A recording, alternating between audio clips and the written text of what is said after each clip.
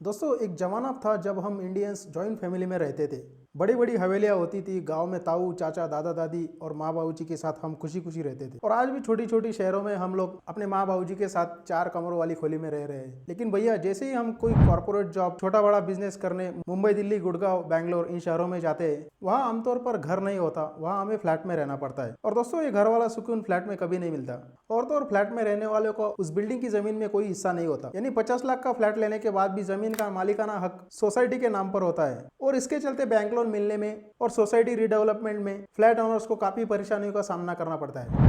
लेकिन अगर आप महाराष्ट्र के किसी भी शहर में रहते हो तो आपके लिए एक खुशखबरी है, क्योंकि महाराष्ट्र सरकार ने अब इन प्रॉब्लम्स का सोल्यूशन निकालने के लिए वर्टिकल प्रॉपर्टी कार्ड लाने जा रही है।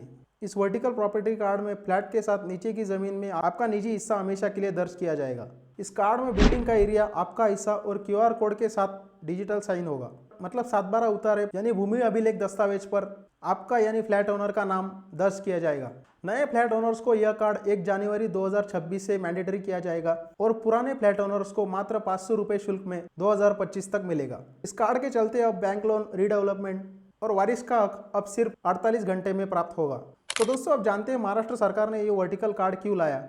तो दोस्तों इसकी प्रमुख वजह थी बिल्डर लोग सोसाइटी रीडेवलपमेंट में फ्लैट ओनर्स के साथ धोखाधड़ी करते थे। और दूसरा मुख्य कारण बैंक लोन देने से मना करती थी। 15-15, 20-20 साल तक इसके कोर्ट केसेस चलते थे। इस वर्टिकल कार्ड को लागू करने के साथ महाराष्ट्र सरकार ने देश की सबसे बड़ी संपत्ति क्रांति की घोषणा की है।